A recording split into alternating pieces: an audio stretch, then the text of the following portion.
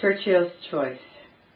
When the Allies broke the German code, the story goes that Churchill couldn't warn Cornwall that fire-spitting planes were coming because a much larger offensive by the Germans needed to be thwarted with that secret information.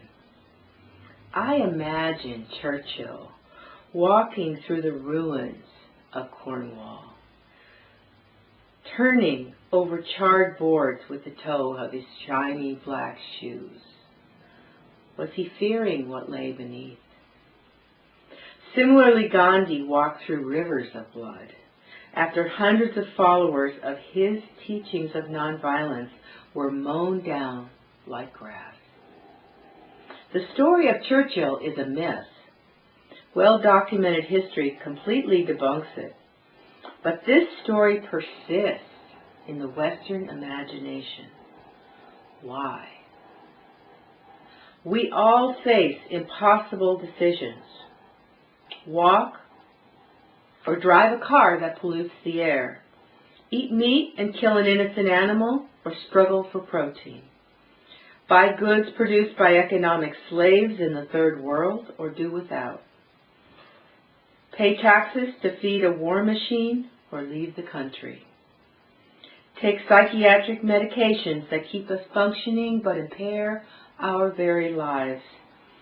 Shoot a violent lover to protect a child, or live with the knowledge we sat silent. We all drink the bitter cup, as characterized by Jesus at the Last Supper, a man who could no longer remain silent and suffered death for challenging the people in power.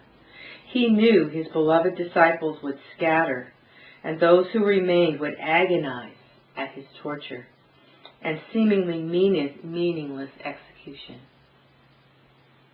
I intimately know Churchill's black dog, depression, as countless others do.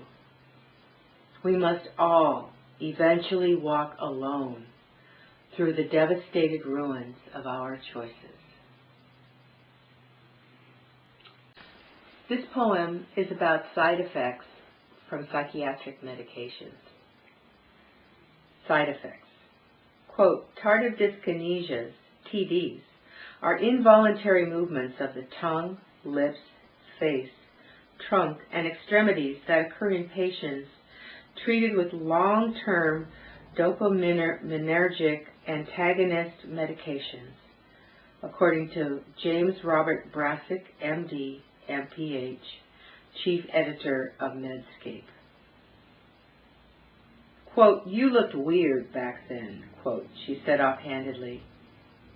Quote, you were so over-medicated and your mouth moved constantly, end quote. She didn't see the tears, hear my hopeless wanderings in the night. I cannot contain my terror of tardive dyskinesia, a possible side effect of medicine I must take till I die. At any point in time, it can induce uncontrollable smacking lips, a shuffling walk, full body spasms, and all are incurable. Mental illness isn't for sissies. My weight went down 25 pounds recently. Now it's back up. My eating is exactly the same.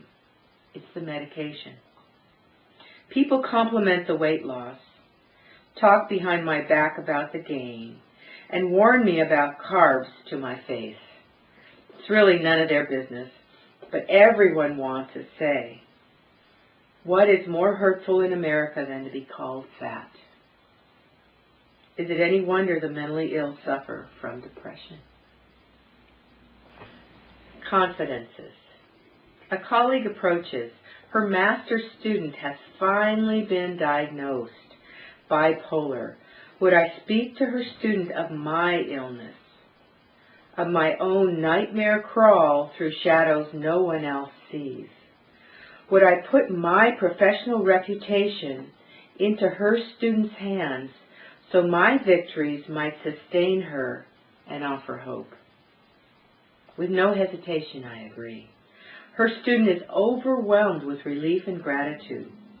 We share several conversations over dinner and the telephone, and through her concerted efforts, her equilibrium and strength return. Months later, one of my own graduate students discloses her bipolar diagnosis. I attempt to reassure her by sharing my struggle.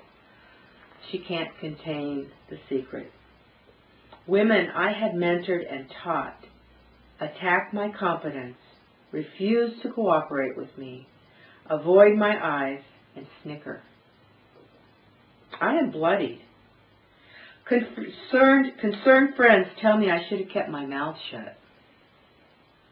I tell them I would speak again in a heartbeat.